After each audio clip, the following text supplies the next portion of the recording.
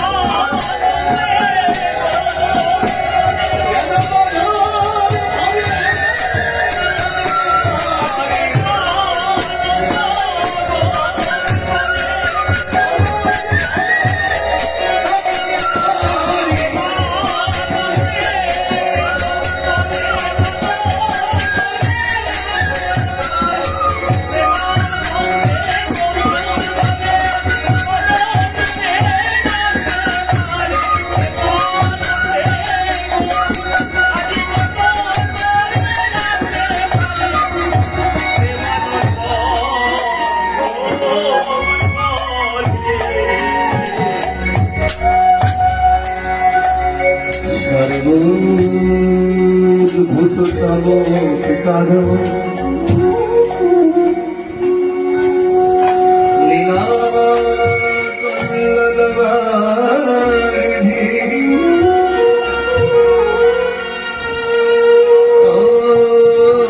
তুল্য মধুর প্রেম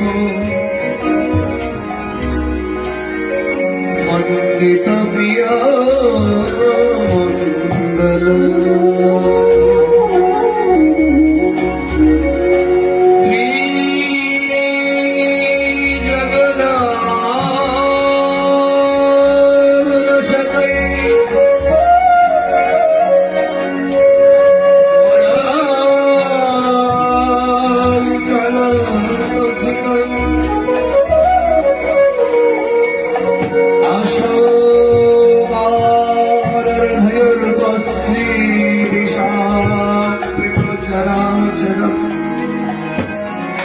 लीला प्रेम प्रियाभिमार्गसु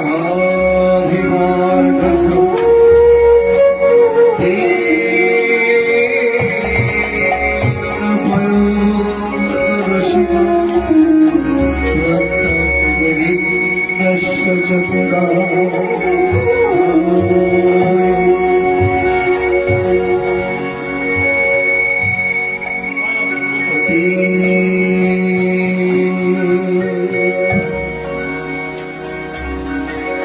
ভক্তগণ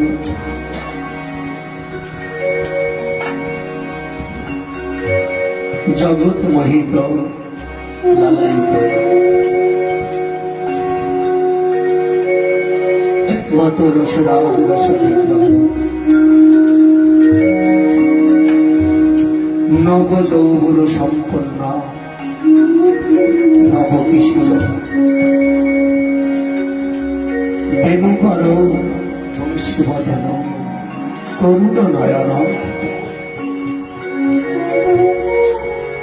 প্রীত বসন রূপমান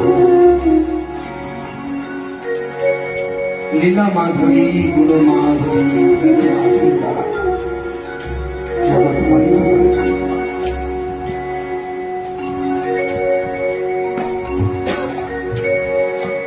একমাত্র এই অপরূপ শোভা অপরূপ রূপ দর্শন করার সমস্ত দেবতা গন্ধর্ব কিন্নর উৎকণ্ঠার সহিত অপেক্ষামান রয়েছে শুধুমাত্র আমার এই গোবিন্দের মাধুর্য দর্শন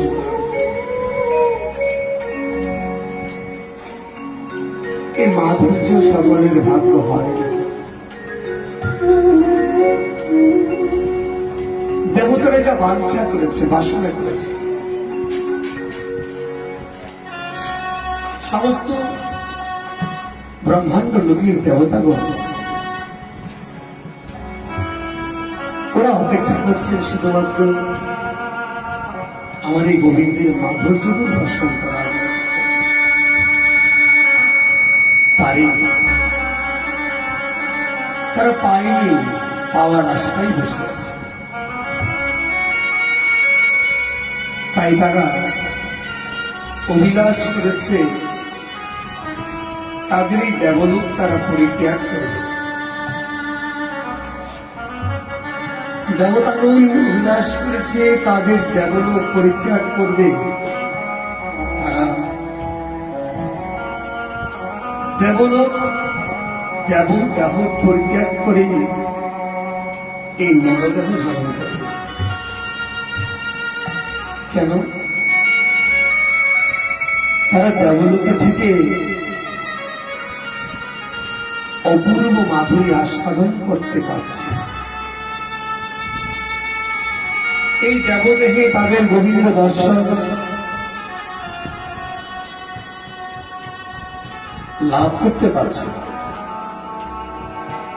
তাই তারা অভিলাষ করেছে ওই দেবদেহ ছেড়ে দিয়ে মানব দেহ ধারণ করতে। দেবতার বাঞ্ছা করে মানব হইতে দেবতারা বাসনা করছে মানব জন্ম পেতে। মানব হয়ে যাবে কেন 84 হইতে? মানব হয়ে কেন 84 ভ্রমণ করতে হবে? আমরা মানব দেহ পেয়েছি, আর মানব দেহে পেয়ে অভিলাষ করছে মানব দেহ ছেড়ে দিয়ে আমরা কোথায় যাব? তির্যক জনিতে প্রাপ্ত এতই কি ভালো লাগবে মানব দেহ ছেড়ে দিয়ে তির্যক জনি প্রাপ্তি হতো? এত কি ভালো লাগবে এত সুন্দর এটা জনম হারিয়ে পশু জনিতে প্রাপ্ত হতে? এত কি ভালো লাগবে এই ভজন যোগ্য দেহ পেয়ে এক পরিত্যক্ত দেহ অভিলাষ? তাই এই মানব দেহখানি পেয়েছি বাবা অতীব কষ্ট করে। এই কষ্ট করে পাওয়া দেহ যেন নষ্ট না হয়। যদি নষ্ট হয়ে যায় আরেকবার পাওয়ার আশা নাই বাবা।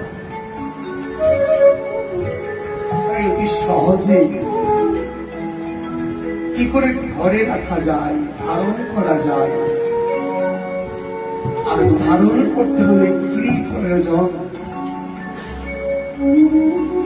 সেই কলিযুগের পাবন অবতার আমার গৌরী অতি সহজ করে আমাদের কাছে দিয়েছে। বলে জীবন দেবতাগণ যা পায়নি, তারা যা বাসনা করে বসে আছে, আমি তোদের ভালোবাসি বলে তোদের কাছে নিয়ে এসেছি রে। এমন গুলোকে গোপনে গর্জিত ধন আমি রেখেছিলাম, আর সেই ধন তোদের দেওয়ার জন্য আমি এসেছি।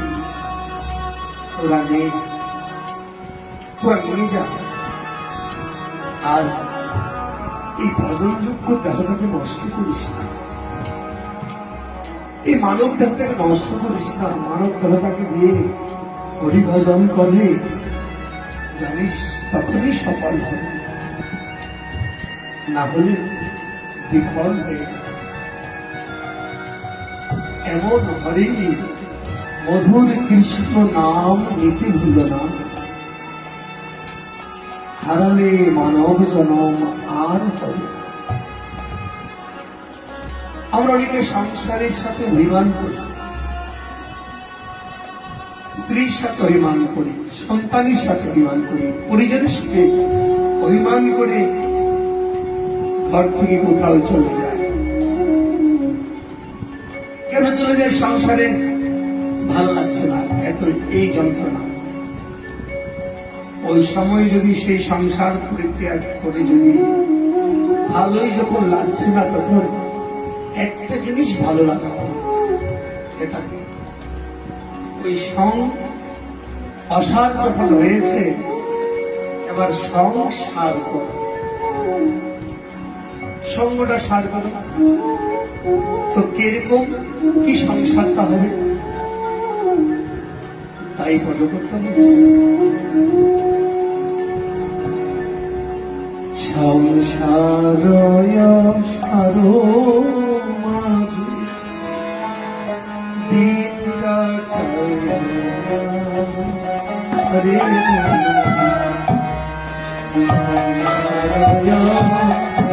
সারো মাঝে দিন সারোমাঝে দিন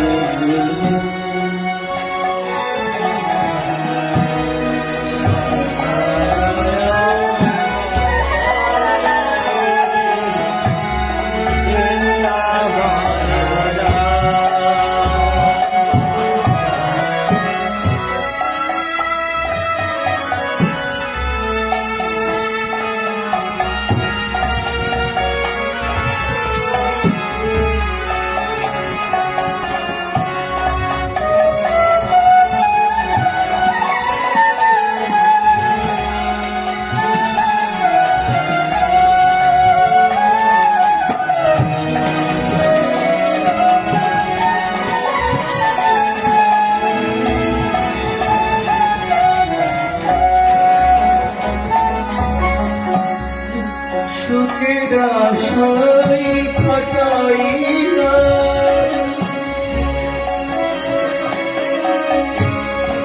এই ভরা যৌবন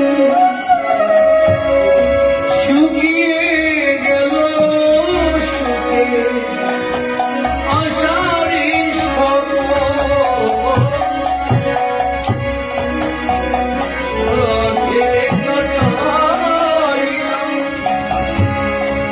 এই ভরা যৌবন সংসার সুখের মাঝে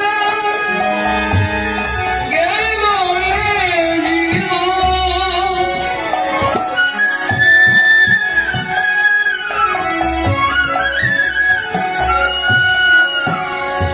চোখের দেখা হলো না রে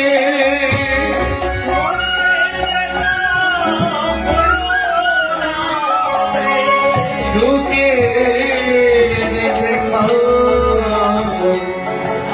চোখের দেখা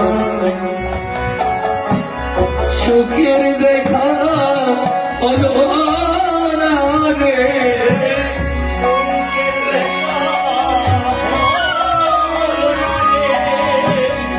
বিফলে গেল জীবন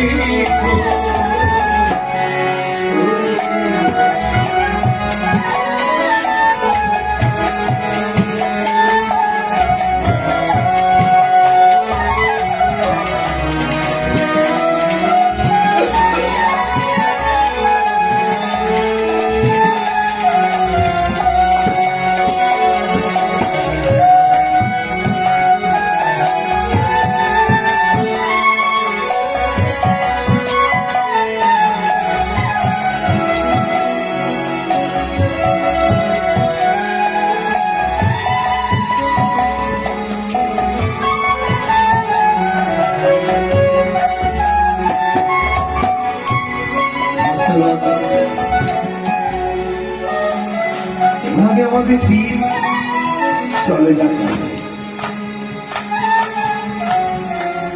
24টি ঘন্টা একটা দিন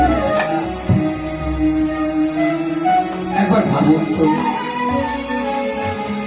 এই 24টা ঘন্টায় আপনি কয়বার কতটুকু সময় প্রভুকে দিয়েছে আর কতটুকু সময় সংসারকে দিয়েছে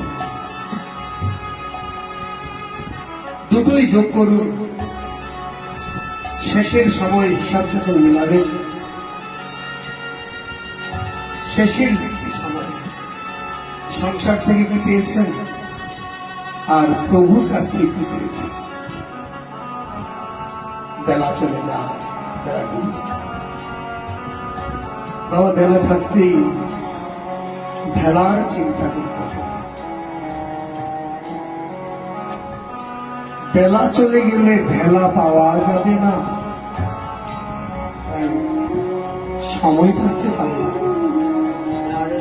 এরপর ভগবানের অপূর্ব লীলা মাধুরী রূপ মাধুরী আস্বাদন করা যাবে না হলে ওই ভবপারের ঘাটে গিয়ে বাবা কাটতে হবে মনে রাখতে হবে ধনী গরিব বাল বৃদ্ধা বনিতা ওই ভবনদীর রাস্তা একটাই কেউ বলে যত মত তত পথ মনে রাখবেন পথ একটাই যত মতে ঘুরে বেড়ান না কেন আলাদা আলাদা স্বর্গ নেই আলাদা আলাদা মুক্তি নেই এক জায়গায় ধনী গরিবকে যেতে হবে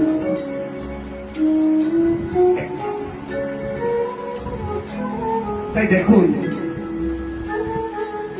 যখনই আমাদের দেহ থেকে প্রাণটা চলে যায় দোকানে গিয়ে বলি আমার 3 গজ সাদা কাপড় দাও 6 গজ সাদা কাপড় দাও বলে কেন লাগবে আগে তো লক্ষ টাকা দামের কাপড় পরা হয়েছিল এক একটা শার্ট গায়ে দিয়েছিলাম 1000 টাকা আর এখন কেন এত কম দামে গজ, শুধুমাত্র 45 টাকা গজ, 3 গজ দাও। কেন? আজকে কি লক্ষ টাকার শাড়ি পরা যাবে না, লক্ষ টাকার জামা কাপড় পরা যাবে না? বলে সেগুলো ফেলে দিতে হবে। তো ফেলে দিয়ে কি করবে? ইউনিফর্ম গায়ে দিতে হবে। ইউনিফর্ম, এটা ভবঘাটি ইউনিফর্ম বাবা, এ ঘাটের নয়। সে ধনী হোক, কাঙাল হোক, ছোট জাত বড় জাত, সেখানে বিচার করা যাবে না। একাকার করে দিয়েছে। তাই যেটি যখন হবে আগে থেকে একটু প্রস্তুতি নেওয়া দরকার। আর সেই প্রস্তুতি হচ্ছে হরিভজন করা।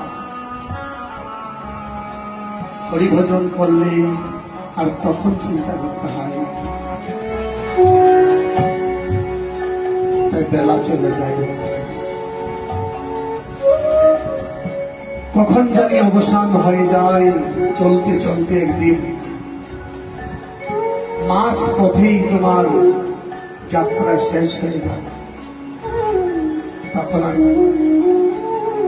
যারা সঙ্গের সঙ্গী ছিল সবাই তোমাকে ফেলে চলে গেল। তোমাকে কেউ আর ডেকে নেবে না, বাবা আয়, দাদা আয়, বেলা শেষ। তাই ভক্তগণ, কাল নয়, যদি বলি বাবা এখনো সময় হয়নি, কাল করব, কাল নয় বাবা, আজ, আজ নয়, এখন। এখন থেকে তুমি হরিভজনে মনোনিবেশ করো। কাল বললে কালে হানা দেবে, আর পারবে না।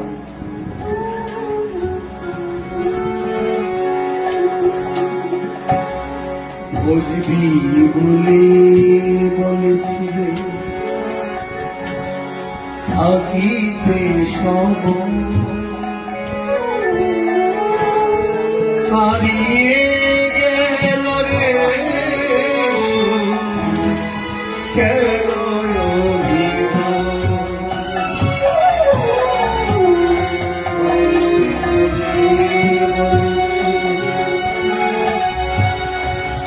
থাকিতে সব কেন রে মন ভুলে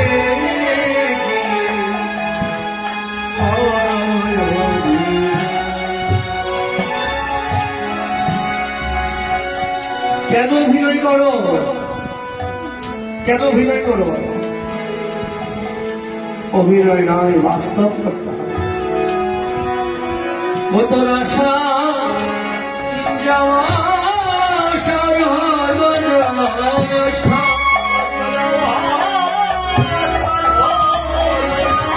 ও তোর আশা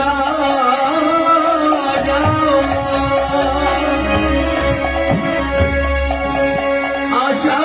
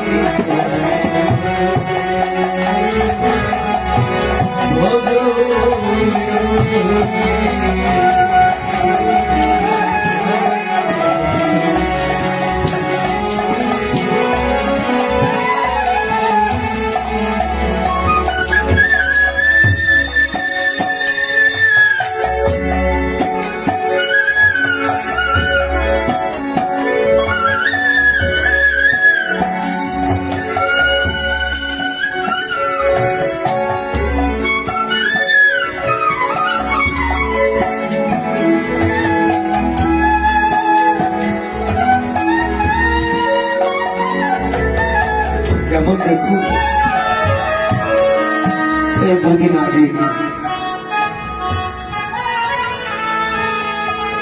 যিনি এই ভব সংসার লীলা সাঙ্গ করে তার গন্তব্যস্থলে যাত্রা করেছেন, পরম জ্ঞানী শ্রীপাদ নিত্যানন্দ গোস্বামী মহারাজ। ভাবনা তার কি ছিল না? লাভ, পূজা, প্রতিষ্ঠা, ঐশ্বর্য কি ছিল না? কি ছিল না তার? সকল ছেড়ে খালি হাতে বিদায় দিতে হয়েছে।